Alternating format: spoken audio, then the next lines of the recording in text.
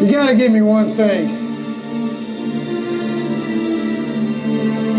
I'm a scary judge of talent.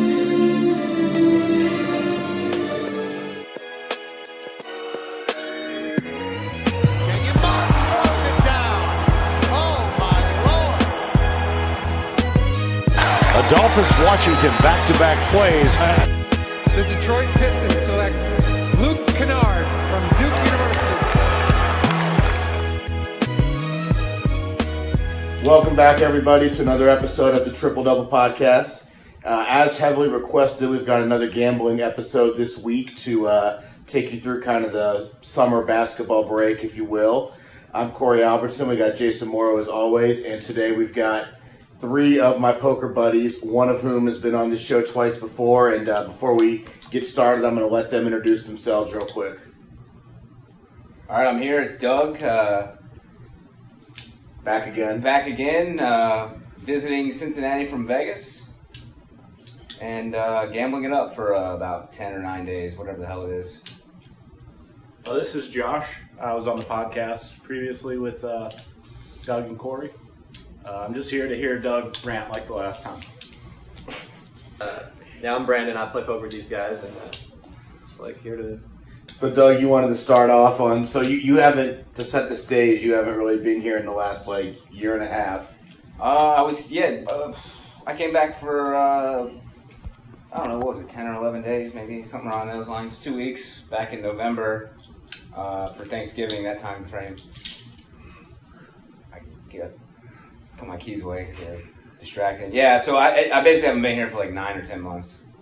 Been in Reno and Vegas. Just moved to Vegas in late March, so I've been there since mid-March, and back here in Cincinnati right now.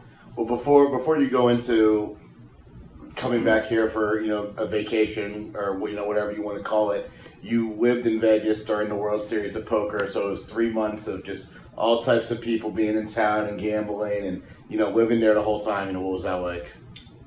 I wasn't really ready for it because I don't know, Vegas is a huge adjustment. I think I've adjusted to it now, though. And I think coming back here has helped me adjust to it because I'm over this place. So, yeah, the series was, there's too much stuff going on in the series. They need to,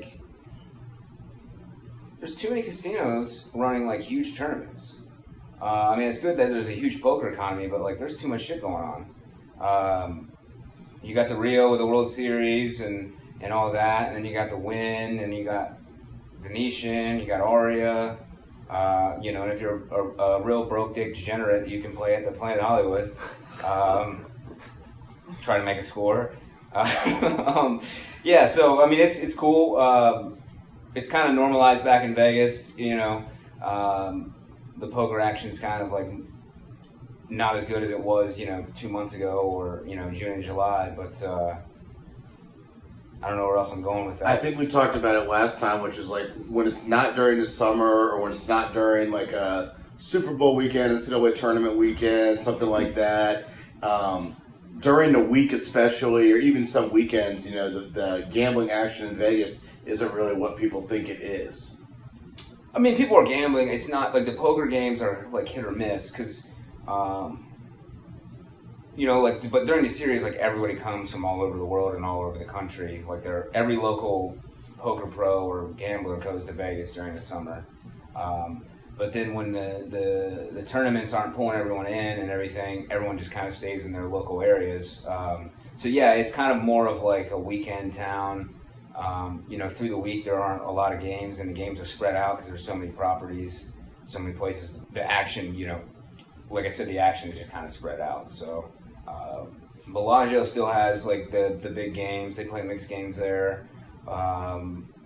PLO, if you're playing Omaha, it's mostly at the Aria, and then everything else is just Hold'em of varying stakes, but mostly just small stakes games. Nothing really to I don't know the right word I'm trying to think of. But for guys like you, the games are going to be better. Once football season comes, you're going to get guys who are coming out there to bet football, watch football, and party, and those guys are going to hop into poker games, and that's going to be better for you than stuff like the series where guys are coming out, taking it really seriously, strictly trying to make money based on poker. Yeah, right now there's kind of a lull. That's why I came back here, because you guys had a little series going on here in the Jack in Cincinnati. There's kind of like a lull. I guarantee you the games will be much better during the football seasons, and especially on the weekends, with college and NFL going.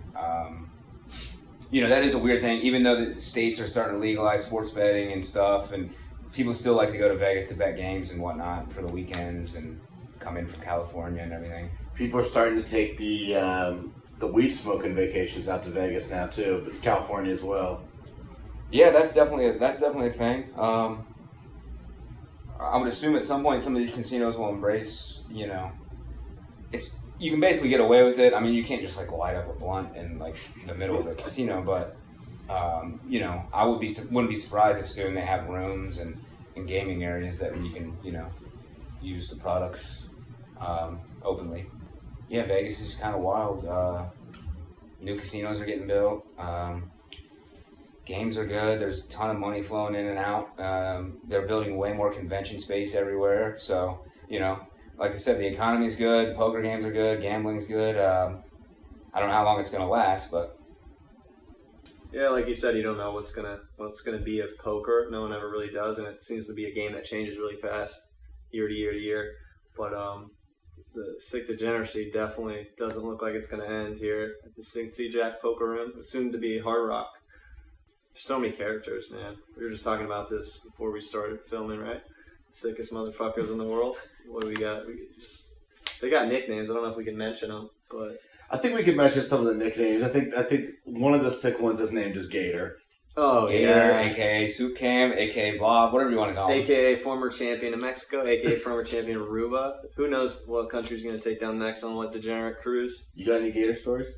Okay, so about this Gator guy, playing poker with him probably about 6 months, maybe 8 months ago.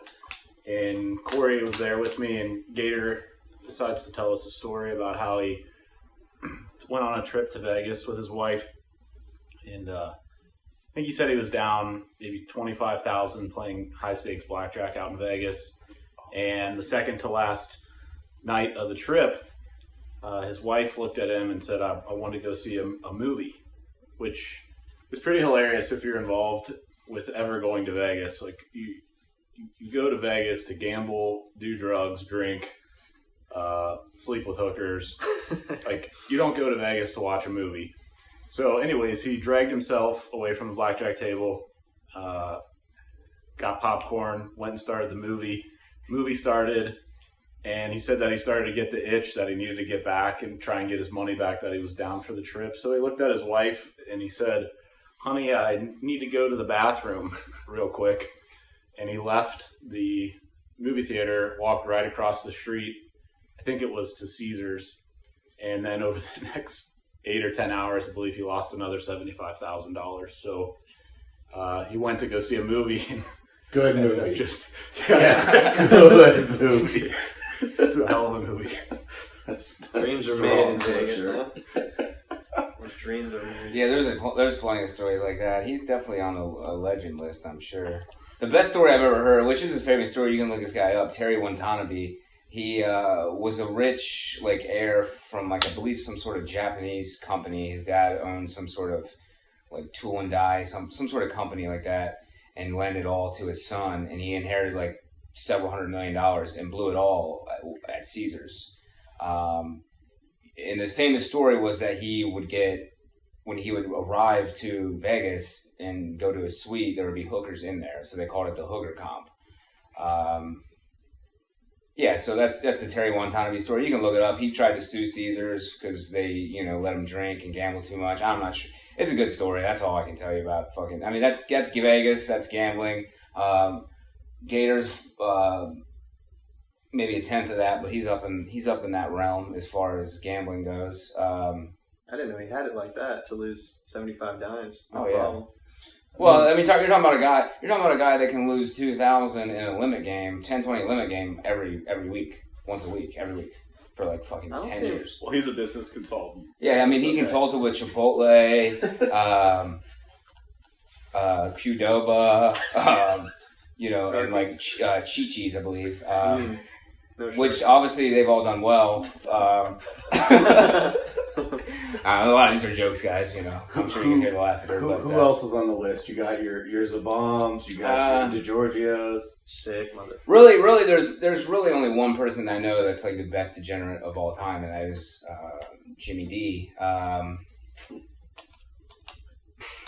Is that Miller? I would like to at some point get him on a recording. There's a good chance he's probably dead at the moment, or trending that way. He has probably done more damage in this country than anybody that's ever been on the news. One of the best car salesmen. Probably might be the best car salesman in the country. You might as well just tell the Shelley story. Shelley. See the thing about poker and the Cincinnati scene, and this happens every scene, but I really think Cincinnati might be one of a kind. There's just a level of degenerate legend, like gambler, that like is like unfounded everywhere else. I mean, and they just continue to come out of nowhere. Like you're like, oh, they can't just keep coming out of nowhere. And then here we got Cincy Joe. I mean, there's this guy that's like some rich kid that like can't even spell his name backwards. Thinks he's a professional poker player, trying to sell poker coaching, and doesn't even. I don't even know if he knows hand rankings. Like you can openly make fun of him to his face, and he doesn't get it, which is great. But it just blows me away because I left. And there's just nothing but madness going on here. I think what you see in Cincinnati that you don't see in other poker rooms, and at least anywhere I've been, is some of the sickest games in LA and Vegas and Florida, is you'll see people talk to each other and make fun of each other the way you do in Cincinnati. Yeah. It probably goes on in like the East Coast scene a little bit too, but like it's really, it's cool. It's a good thing. Some people might not like it. I like it. What else? Like, what are we doing this for? Just like to sit around and right? It's a good not time. have fun. Like, yeah, people just shit talking, needling. It's like a kind of like a home game, really. There are like no professionals here, and so people are just right. having a good time. Except Cincy Joe. Except Cincy Joe. Yeah. We won't plug his website because he didn't pay us. Yeah, so. Let's plug it. Well, I think the website is cincyjoe.com, and for the last 12 to 18 months, it's set under construction. Yeah. But once he gets that, once he gets his web design degree, he'll be fine. Mm-hmm. Well, here's the problem. I'll just start talking about why I get in trouble in a lot of situations. I just get annoyed when I have to do stuff that I don't like to do, like show my ID for no fucking reason. Like walking into a casino before I've done anything, stone sober, just woke up, like whatever, like they want to ask you for your ID, and it's like, and then they want to ask you, like if you go down to Southern Indiana in Elizabeth, Indiana, it's basically near Louisville, they ask you like 14 questions about your ID. Like it's like, dude, it's not fake, just let me on. Like I'm fucking 29. Like. I'm clearly not 19. Like, let's go. Let me in. Let's go. I'm not here to see you guys. I'm not here to hang out with, like, brain-dead security.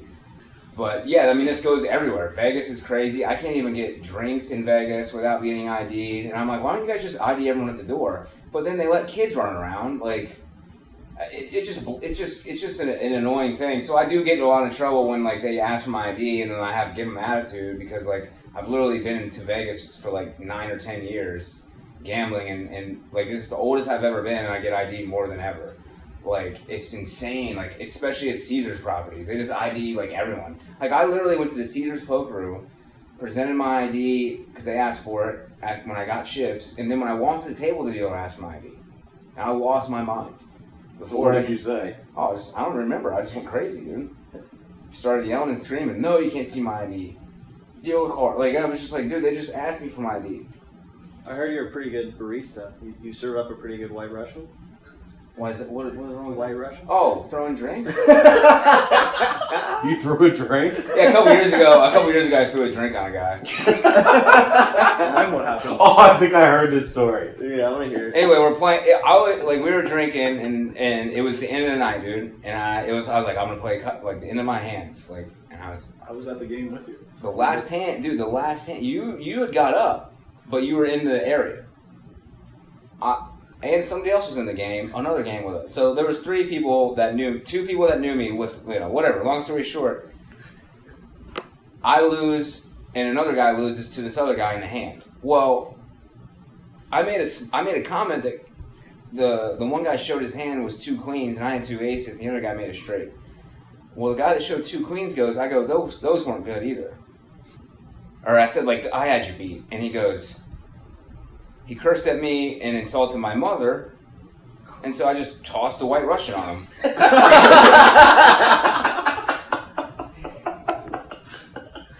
And, because that's what I was drinking. And then where'd you go? And then I had no chips left, and I was literally about to quit anyway, so I just walked down the street, just left the casino. And he, like, kind of chased me down and pushed me in the back, and I just kept walking. And then, like, I kind of got away from him, and he chased me down again, and then he, like, knocked my phone out of my hand and then, like, smashed it. Your phone ended up on the strip. Yeah, my phone got trashed, which is regrettable, but, whatever. He deserved, I wish I had, like, 2 drinks to throw on him. I saw you pour out a drink at a restaurant in the Commerce. Do you even remember that? Oh, yeah, the Commerce, dude. Yeah, well, if I get bad service in a casino, I'm done with it, dude. So we ordered food, and it took forever. And when our food finally came, you said to the waitress, "Do we have to pay for this shit?" She said yes, and you took your drink, poured it on top of your entree, and walked out. And I was just left sitting there by myself. Dude, it took them like 30 minutes to make an omelet. And usually if it takes them like that long, they say, "Hey, it's on the house." We should tell the fat bitch story. So, it is what it is. Go ahead. The wind screwed me over too. I registered for a satellite to the main event like a month ago, and I'm at the Win, and it's like 10 minutes before the tournament starts, and I walk over to this bar, and this bartender's standing around staring at the TV, and I kind of just stand there, and he finally turns around and sees me. I go, "Hey man, can I get a water?" I'm like, "I'm thirsty. It's the Mojave Desert. It's like the driest desert in North America. I want to drink. I need some sustenance. I need some liquid." And that's the thing too. Like, I think in Vegas when I ask for like water, they like look at me like I'm insane because everyone else is there like drinking booze and whatnot. And I'm like, "Yeah, I'm not trying to get drunk. I'm thirsty." And there's like no water fountains in Vegas. I guess I should just bring my own water wherever I go. Anyway, long story short, so I asked the guy for a drink, and he goes, "Can I see your ID?" And I'm like, I just like begrudgingly hand it to him, and then he gets an attitude with me. Doesn't really say much, but like, I can read body language. I play poker, and plus I'm a resident asshole of like anywhere I'm at, so I know attitude when I see it. And so he makes me my drink, my water, and he hands it to me, and I go, "Hey man, I would have given you a tip if you lost the attitude." And then he just like makes a face at me, right? And then he gave me a lemon with it. So I squeeze the lemon into the glass, and there's like a little stick that they give you with the lemon, and I just tossed it over the bar. And he was literally like 5 to 10 feet to my left, and he sees me throw it, and it doesn't hit him. I wasn't even trying to hit him. But he goes, "What, you just do that on my face?" And I just looked at him, I go, "No." Was his name Ricky? No, so anyway, so he calls security on me and tells them that I threw something at him. And they don't believe me, and they just throw me out. Like I said, the story's not that good. But your Cincinnati bands are always much better. yeah, no, but see, like that's not a reason to get banned. No. I'll tell you the story right before I left that come out here. I'll just tell you the fucking story. So I was driving to the Las Vegas Strip to park my car at MG. What's so funny? What's so goddamn funny? Corey's dying. These stories always get me. I know. I'm just something that reminded me of when you were sitting. It was New Year's Eve, and you and me and somebody else went to Hooters in Newport, and you were telling. Yeah, I was joking. You were telling stories about all of your bad experiences, like getting asked to leave restaurants, getting asked to leave bars. While you were telling the story, you went off on the waitress, and they called the manager over, and you went off on the manager, and then you just went back to your stories about being thrown out of restaurants. And Joby and me are looking at you like everything about the food is perfectly fine. You knew 100% Joby was going to pay for it, so you were on the hook for no money, and you just went off. I don't know if that's what it's about, dude. You went off on the waitress on New Year's Eve. I'm sorry, no, go ahead. Hey, man, listen. This is a good story. This is a legit good story. So, my flight leaves 6 a.m. Vegas. So I leave my car. My plan was to leave my car at an MGM property because I can park there for free, and I'm frequenting the MGM properties all the time. So just Uber to the airport, so that way I don't have to pay to keep my car in storage or whatever, parking. And so they're doing an unbelievable amount of construction right now in Vegas everywhere you go. And I'm just and I try to make. So I'll just tell you the story. I leave my house. There's a car that's on fire in the middle of the median on Durango, which is near my house, near the 215, and it's in the median and it's engulfed in flames, and then it's for about 100 yards on the concrete median behind it is a strip of fire. And I just drove past it like, what the hell? And then after I got on the highway, I was like, man, I'm surprised that car might blow up. That was it was like a weird thing, and I'm flying home, right? Well, I try to go to this bank to make a deposit at the ATM, and it said deposit function not available right now. So I wasted 20 minutes out of my way, and I was sort of late for when I wanted to get to the airport. So I'm already a little steamed. Well, there's construction everywhere on the Las Vegas Strip and around it, and it's just ridiculous to get anywhere, right? So, dude, I'm running red lights on the Las Vegas Strip. I wanted to park at the Aria because it's better. I ended up parking at MGM. So I get to MGM, right? It's 4 a.m. It's Thursday night. Guess what happens at 4 a.m.? The stupid-ass club lets out. So I'm walking in the MGM with a bag and a backpack, and just hot chick after hot chick coming out to the parking garage and the valet and stuff. And I'm like, oh, shit. I pull up Uber, and it's surge price. It's prices are higher than normal. And I'm like, all right. So I go out to the valet. I'm like, I'm just going to get a taxi. Well, there's a long line for the taxi. I'm platinum with MGM, which is their second highest car, but they don't ever really give me perks. They don't do stuff like Caesars does. So I stand in the taxi line for a minute, and then I realized there's a platinum line for taxis, priority. And I was like, yes. In my head, I was like, fuck yeah. This is awesome. I get to cut this line, and I finally get to use my perk. Well, I cut this line, and this guy takes offense to it. Well, I present my card to the bellman, to the valet guy, and he's like, all right, we'll get you in the next cab.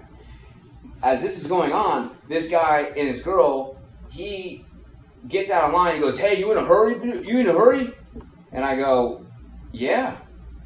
And but I was like, yeah, I pointed to the sign. I was like, I'm platinum or noir. I show him my platinum card, and I was like, I just saw the sign.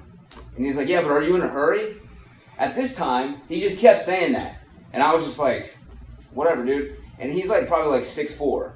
And, but at the same time in my head, if this guy's picking a fight with me, he can't beat me in a fight. Because why would he do this? So the taxi pulls up. They grab my suitcase, and I still have a sweatshirt in my bag, and I just launch it into the cab, and I just stand up for this motherfucker. You might have to cut that out. And I go, do something. And then he tries to get in my face, right? And then they separate us. I get in the cab, right? The cabbie rolls my window down. Yeah. The cabbie loved it. And they separate us, right? I'm already in the cab. And as we drive off, I go, hey, your girl's not that hot. The cabbie is dying laughing. And then we drive out of the MGM valet. And the cab has to stop at a light. Oh. And then guess what? Guess who pulls up next to us in the other lane? The other cab with them in it. And the girl, I'm in the right passenger seat on this cab, and the girl's in the left, and he's in the right. And the girl's just staring out the window, not looking at me, just steamed. And you can tell I just ruined both their nights, which was amazing. And then of course I'm getting on a plane. I don't care. And yeah, that's it on the MGM story. And it's funny you took a taxi because the first time I went out to Vegas with you. The first thing you said when we got off the plane is, nobody, no matter what happens, take a fucking taxi. It's true, but you do have to take them sometimes. And listen, it was cheaper. It was $11 from MGM to the terminal, and it would have been like 20 with Uber. So I just gave the cabbie a 20, so he loved it. Yeah. Also, you can, they say, it's like a running joke. Oh, you can kill hookers in Vegas and get away with it. You can kill cabbies in Vegas and nobody's gonna notice or care. You can kill any cabbie you want. Do you remember that you, me, and Andy were driving your car on the strip and you blocked off a cabbie for no reason? Just put your car in park and for no reason. I screw with the cabbies more than they're the worst drivers in the whole world. They've gotten a little bit better, but they're still awful. Now it's Uber drivers that are the terrible ones because Uber's taking over. All the cabbies are just like buying cars and starting to Uber now. Rio to Caesars, we Uber. Not very far. We get picked up from the World Series lot, which is the back of Rio, right? Well, there's a road called Twain and Sammy Davis Jr. Whatever it is. Sammy Davis Jr. There's a road that is basically like a stone's throw to get to the Caesars without dealing with any traffic on the strip. And I swear to you, it had to have been July 4th weekend, right? Yeah, and we got an we got like an $80,000 Mercedes-Benz Uber. I don't think so, dude. I think it was like a Camry. No, it was, we got whatever. So this girl picks us up, and she starts driving to the front of the Rio, which I'm like, I almost said something. I was like, but I'm like, trying to contain myself. For the first time in your life, you're not gonna. So she starts driving to the front of the Rio, which is like the wrong way to go. You can still get there, but then you had to fight flamingo traffic, which might as well be Fifth Avenue in New York City. So I'm like, whatever, let's just go. Whatever. We're driving, dude, and then like the lights are out on Las Vegas Boulevard and Flamingo. Like the power on the lights is completely out. And so there's cops directing traffic. We're sitting in 105-degree heat. Right. Midday rush hour traffic on Las Vegas Boulevard on a holiday weekend for like 20 minutes when we could have already been at the Caesars Palace. We could have walked. Doug's bitching about there's not enough redundancies. Yeah, I'm like, how is this possible? How could a stoplight ever go down on the Las Vegas Boulevard? Like, how would that ever happen? I think it happens in the movie Ocean's 11. Yeah, but maybe time. Danny Ocean was, and those guys were running. That's the last time. So, yeah, I just lost my mind. I'm like, because in my mind, you're a professional driver. You're driving Uber in Las Vegas. You should know. Yeah, so we pull up to the front of the Caesars, and Doug's like, I got to get out. And we're not at the drop-off section yet. Doug's like, I'm over it. I got to get out of the car. So Doug gets out. And as Doug gets out, we're still in line to get into the drop-off. These bike cops drive by, and they're like, this isn't a drop-off section. Doug's like, yeah, great fucking job you guys are doing around here. You're really protecting us. All right. Speaking of that, we'll go back to 2016 when it was also July 4th weekend. You were in the car with me, Josh. We drove to the Aria, and they opened as we drive into the parking garage. They opened. They got two like 20-year-old kids, no experience in doing this stuff, like checking people's cars, like a security checkpoint. And they're like, "Hey, can we look in your car?" And I'm like, "Yeah, I guess." So they open. All they do is open it and then just like basically close it. I mean, they didn't like root around anything. I could have had all kinds of shit in there, which was just stupid, right? So long story short, we leave. I get annoyed by that stuff because first of all, what are they looking for? Bombs? What? Like they don't have anything set up. What if they found a bomb? They have nothing set up to protect themselves from the bomb. So like it just doesn't compute in my mind.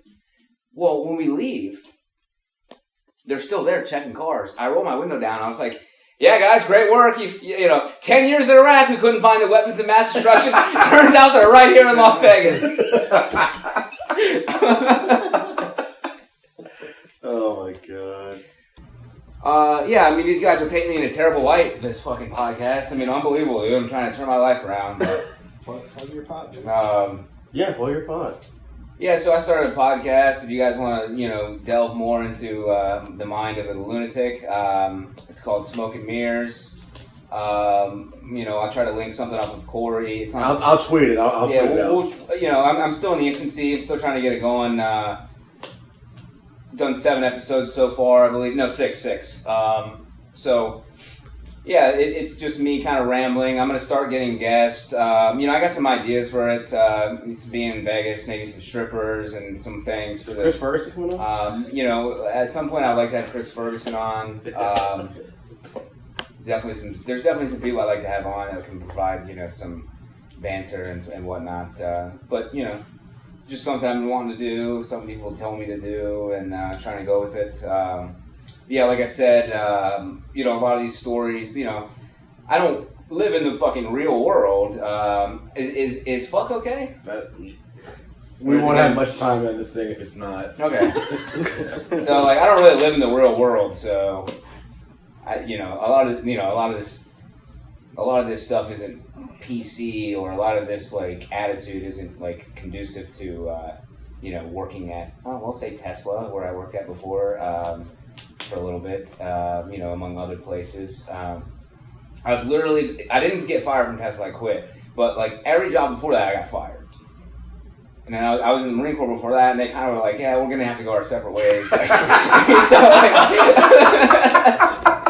Well, can we talk about this? And anybody can touch on this. It's kind of interesting to know, with maybe the exception of you, all of the other just total animals at the Cincinnati casino, at least, are all very successful in business and have to have another side of them where they don't act like animals in our day-to-day lives. Yeah, that's the weird thing is they, a lot of those guys, I guess poker is their outlet for kind of craziness and, I guess maybe being more like themselves. Obviously without trying to mention names that maybe don't want their names mentioned, but, there's some pretty... attorneys, high level, higher up in businesses. Financiers, definitely. Entrepreneurs and, maybe even politicians. Professional sports players. Yeah, there's all kinds. Yeah, some professional sports players do the same thing, so... poker's interesting. Gambling's an interesting, kind of. That's why I think it's annoying how casinos treat gambling, and people going kind of crazy, because that's literally what casinos are there for. Casinos aren't a real. Casino is not like an office. It is to be crazy, like I've spoken about before. You can literally be in a casino playing next to a guy who has everything on the line in that table. Whether it's a blackjack hand or a poker hand or whatever, so to have overly sensitive rules and regulations is kind of beyond me. That's why I like the commerce. The dealers never ever give it back to the players. They just punching bags. Yeah, but at the commerce you could, as long as you don't hit a dealer, yeah, you're fine. Yeah, I don't curse the dealers usually, unless I know them personally and don't like them. But, what did you say to the floor at the commerce? You said it's okay. This guy's gonna be dead in a week. Oh yeah, they love me at the commerce. That's great. That's my right. That's the right place for me to be. There was a guy who was complaining over $10, and everyone was hating on him. They might not have been saying it, but I was all right, I'll take care of this, guys. And just put this guy straight on blast, and they kick him out. They literally they kick this guy out for being basically what we call a nit in poker, which is you're being tight with your money. And they love me.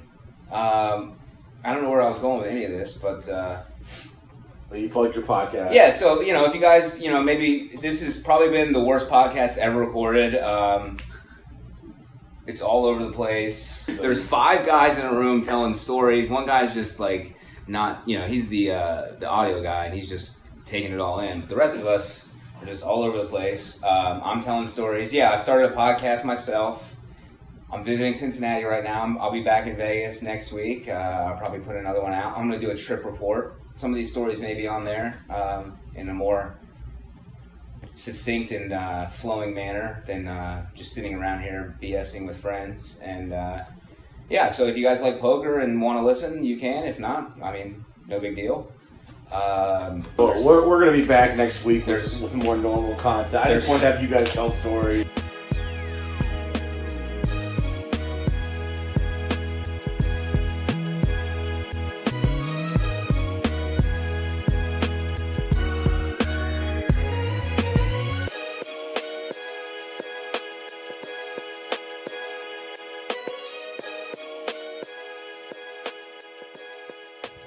This podcast is brought to you by PlayEasy.com. For players, coaches, or casual athletes looking to book a sports facility, as well as owners and managers of sports facilities, PlayEasy.com is the new one-stop site for streamlined services. If you're looking for a place to practice, play, host your tournament, camp, or other, simply go to PlayEasy.com and create a booking request for your area. Your request will go out to surrounding facilities who will respond with their best offer. Once you receive the offer that best fits your needs, book the facility and you're ready to play. For facility owners and managers, PlayEasy puts the power in your hands to maximize the usage and visibility of your facility. Register your facility for free today at PlayEasy.com. PlayEasy.com is the booking site built by athletes, coaches, and facility managers, and is proud to help bring you the Triple Double Podcast. This podcast is also brought to you by Anago Cleaning Systems. Are you tired of struggling in a dead-end job? If so, Anago Cleaning Systems has what you're looking for, an opportunity to go into business for yourself, but not by yourself. With franchising opportunities available for as little as a $2,500 down payment, purchasing an Anago franchise has never been easier. Once you own your Anago franchise, you're licensed to clean commercial facilities all around the greater Cincinnati, Dayton, or Columbus areas with the support of Anago's sales, quality control, operational, and accounting staff. Call 513-332-0033 today for your opportunity to be your own boss and grow your own commercial cleaning company under the guidance of Anago's proven and successful system. Again, call 513-332-0033 to